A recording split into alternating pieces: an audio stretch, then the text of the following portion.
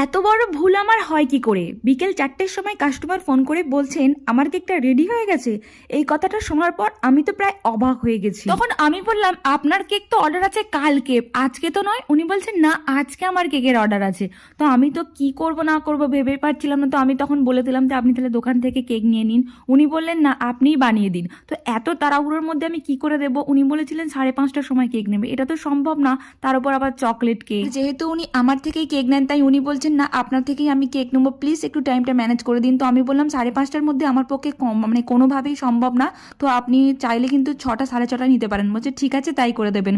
তো যেহেতু চকলেট ফ্লেভারের কেক ছিল, তো কি ডিজাইন বানাবো আমার কিছুই মাথায় আসছিল না। তাই গরম কেকটাকেই কিন্তু আমি আইসিং করেছি, হয়তো আপনারা দেখতে পেয়েছেন। আর এখানে চেরিগুলোকে আমি উডেন স্টিক দিয়ে ইনসার্ট করে দিচ্ছি। তার কারণ হচ্ছে দূরে কোথাও কেক ডেলিভারি থাকলে কিন্তু চেরিগুলো ঝাঁকুনির কারণে এদিক ওদিক হয়ে যায় আর কেকের ডিজাইন পুরোটাই নষ্ট হয়ে যায়। আর এই ছিল আজকের কেকের ডিজাইন। ভালো লেগে থাকলে প্লিজ একটা লাইক করে দেবেন।